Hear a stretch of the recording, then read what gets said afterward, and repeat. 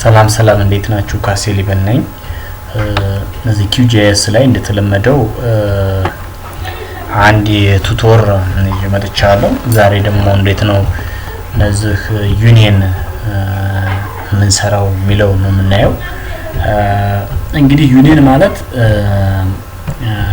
ማለት ሁለት እንትኖች ሊኖሩን ይችላሉ። ሁለት ጎን በጎን የሆኑ ሼፕ ፋይሎች ቢኖሩን ቦርደሩ ኦቨርላፕ ሊደራረጉ ይችላሉ። ግን ደግሞ እነሱ መቀላቀል ማለት ነው። ቦርደራቸው አይጠፋም። ቦርደራቸው እንዳለ ሁለት የነበሩትን ሼፕ ፋይሎች ወደ አንድ ማምጣት አሰራሩ ምን ተብሎ ይጠራል? ዩኒየን ተብሎ ይጠራል ማለት ነው። እንግዲህ ዩኒየን ማለት ስንቀላቀላቸው ቦርደሩን አያጠፋም፣ ባንድ አይቀላቀላቸውም። ሁለቱን አገናኝቶ አንድ ካርታ መስራት ድንበራቸውን ሳያጠፋ ቦርደራቸውን ሳያጠፋ አሰራሩ ምን ተብሎ ይጠራል? ዩኒየን ተብሎ ይጠራል ማለት ነው። እንግዲህ ዩኒየን ለመስራት ሁለት አይነት ጎን በጎን የሆኑ ዳታዎች ያስፈልጉናል ማለት ነው። ይሄ ለማድረግ የመጀመሪያ የምናመጣው ምንድነው? ጎን በጎን የሆኑ ሳይቶችን ለምሳሌ እኔ አሁን ይሄን ለዚህ ፎር ዘ ከፍቲስ ኤክሰርሳይዝ ለዚህ ኤክሰርሳይዝ ተብሎ ምንድነው የለጋምቦ ወረዳ በዚህ በደቡብ ወሎ ዞን ከሚገኙ አንድ የለጋምቦ ወረዳ የሚባል ወረዳ አለ። እሱን እንደዚህ የሱን ሼፕ ፋይል አመጣለሁ። ሁለተኛ ተንታ ወረዳ አለ። ተንታ ወረዳ እንደዚህ ጎን በጎን ያሉ ወረዳዎች ከምዕራብ ወሎ ወይም ደግሞ ከዚህ ከደቡብ ወሎ በስተምዕራብ በኩል የሚገኙ ሁለት ወረዳዎች ናቸው። እነዚህ ቦርደራቸውን ሳይጠፋ እንደዚሁ እንዳለ እነዚህ በአንድ ሁለት ሼፕ ፋይል የሆኑትን ወደ አንድ ሼፕ ፋይል ነው የምናመጣቸው። ስለዚህ ይሄን ለማድረግ ምንድነው የምናደርጋቸው? ይሄን ለማድረግ ቬክተር ላይ ይገባለሁ።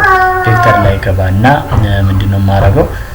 ጆብ ፕሮሰሲንግ ላይ ገባለሁ። ጆብ ፕሮሰሲንግ ላይ ከገባው በኋላ ዩኒየን እንደዋለሁ ማለት ነው። ቀላቅላቸው ማንና ማንን መጀመሪያው ላይ ለጋምቦ ሁለተኛው ላይ ደግሞ ተንታ ማለት እችላለሁ ማለት ነው።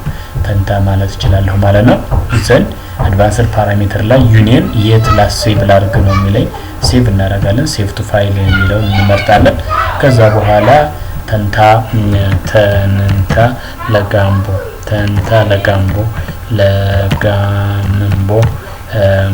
ዩኒየን